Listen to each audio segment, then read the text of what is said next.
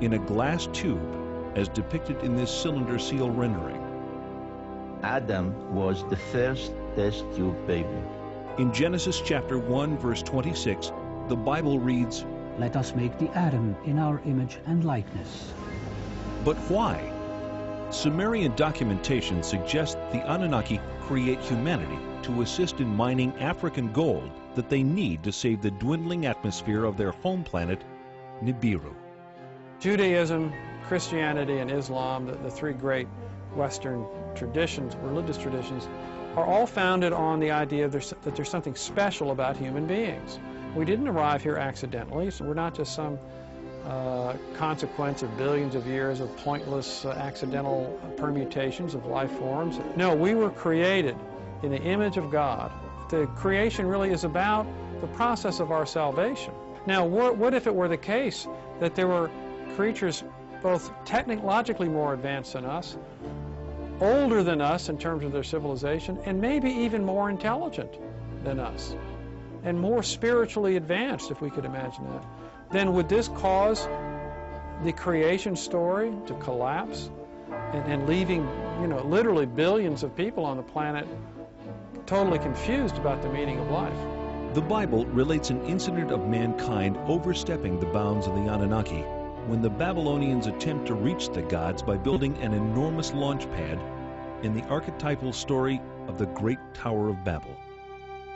What is the target of their efforts? According to Zecharia Sitchin, it is our neighboring planet Mars, home of the Anunnaki's way station en route to Earth. The Sumerian tablets refer to the station planet Mars as the traveler's ship. I've taken it to mean that it was at Mars that the Anunnaki from Nibiru transferred to smaller spacecraft to reach Earth orbiting stations. Not once every 3,600 years, but on a more frequent schedule. Mesopotamian archives identify the 12 members of our solar system with specific symbols. Some, like Mars, Earth, and Venus, are indicated numerically on this ancient stela.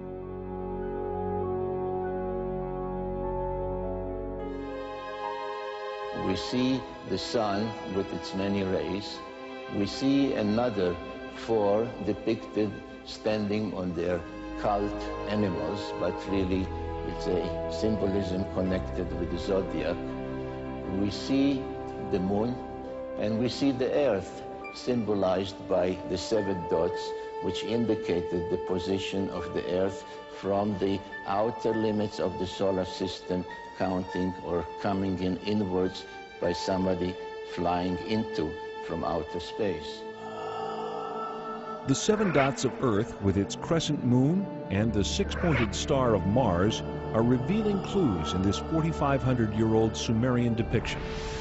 2 figures stand on either side of a craft.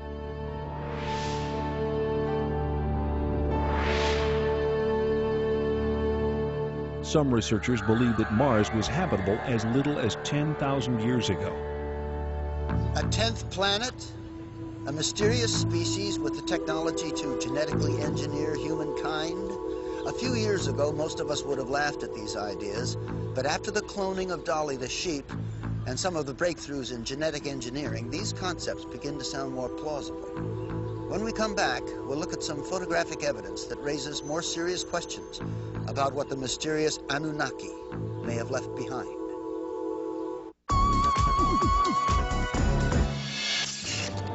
When the United States launches the Mariner and Viking spacecraft to explore Mars in the 60s and 70s, enigmatic structures resembling those on Earth are photographed. This is a feature on Mars that NASA nicknames the Inca City.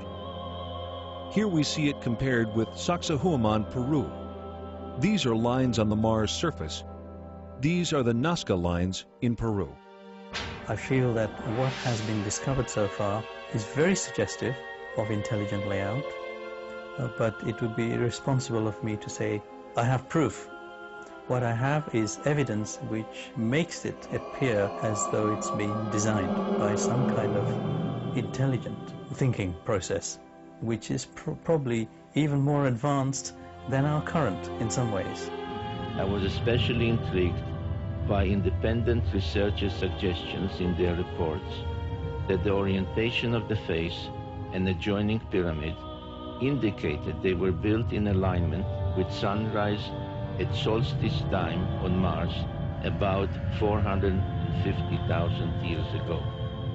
Could it be that a civilization capable of space travel almost 500,000 years ago visited this part of the solar system, leaving behind monuments on Earth and Mars?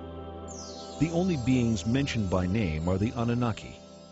The only evidence supporting such a theory is evidence of visits by the Annunaki.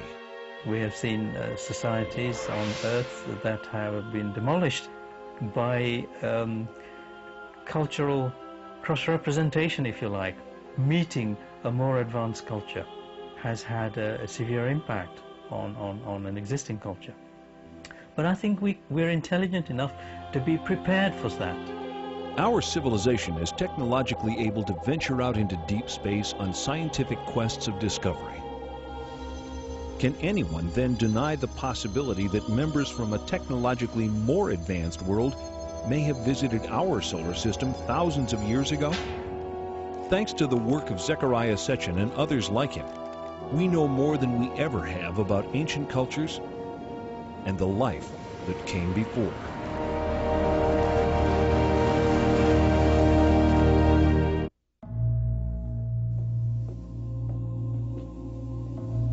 Is this Genesis revisited?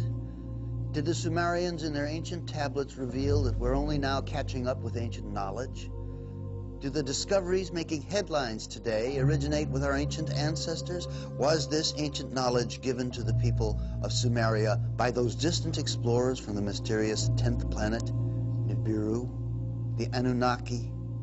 The final answers may lay buried in those yet to be uncovered volumes of the Phenomenon Archives.